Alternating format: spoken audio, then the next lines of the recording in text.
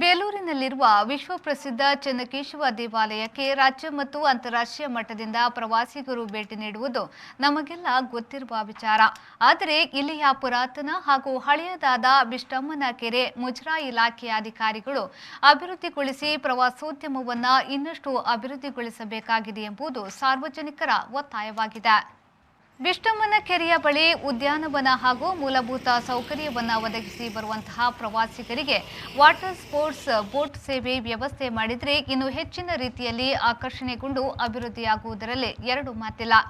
ಈ ಬಗ್ಗೆ ಯೂತ್ ಕಾಂಗ್ರೆಸ್ನ ಹಾಸನ ಜಿಲ್ಲಾ ಉಪಾಧ್ಯಕ್ಷ ರವೀಶ್ ಬಸವಾಪುರ ಅವರು ಮಾತನಾಡಿ, ಈಗಾಗಲೇ ಬೇಲೂರಿಗೆ ಸಾಕಷ್ಟು ಪ್ರವಾಸಿಗರು ಬರುತ್ತಿದ್ದು, ರುದ್ರೇಶ್ ಗೌಡ ಅವರು ಶಾಸಕರಾಗಿದ್ದ ಸಂದರ್ಭದಲ್ಲಿ ಬಿಷ್ಟಮ್ಮನ ಕೆರೆಯ ಬಳಿ ಪ್ರವಾಸಿಗರಿಗೆ ಆಕರ್ಷಣೀಯ ಸ್ಥಳವನ್ನ ಮಾಡಬೇಕು ಎಂಬ ಕನಸನ್ನ ಕಂಡಿದ್ರು.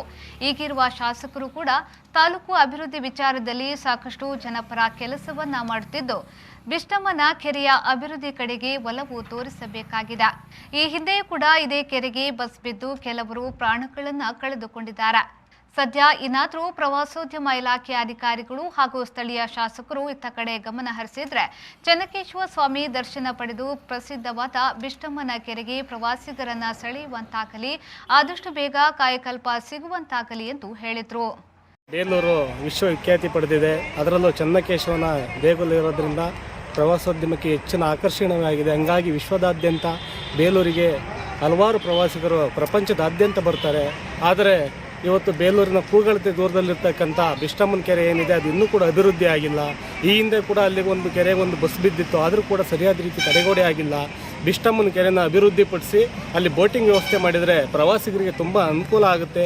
ಜೊತೆಗೆ ಇನ್ನೂ ಕೂಡ ಪ್ರವಾಸೋದ್ಯಮಕ್ಕೆ ಹೆಚ್ಚಿನ ಉತ್ತೇಜನ ಆಗುತ್ತೆ ಅಂತ ಈ ಸಂದರ್ಭದಲ್ಲಿ ಹೇಳ್ತೀನಿ. ಈ ನಿಟ್ಟಿನಲ್ಲಿ ಪ್ರವಾಸೋದ್ಯಮ ಇಲಾಖೆಯ ಅಧಿಕಾರಿಗಳು ಮತ್ತು ಸ್ಥಳೀಯ ಶಾಸಕರು ಹೆಚ್ಚಿನ ರೀತಿ ಪ್ರಾಶಸ್ತ್ಯವನ್ನು ಅಲ್ಲಿ ಕೊಟ್ಟು ಏನು ದೇವಾಲಯದ ಕೂಗಳತೆ ದೂರದಲ್ಲಿರ್ತಕ್ಕಂಥ ಕೆರೆಯನ್ನು ಅಭಿವೃದ್ಧಿಪಡಿಸಬೇಕು, ಬೋಟಿಂಗ್ ವ್ಯವಸ್ಥೆನ ಮಾಡಿಕೊಡ್ಬೇಕು ಅಂತ ತಮ್ಮ ಮೂಲಕ ಒತ್ತಾಯ ಮಾಡ್ತೀನಿ. ಯೋಗೇಶ್ ಬಿಜೆ, ವಿ4 ನ್ಯೂಸ್, ಹಾಸನ.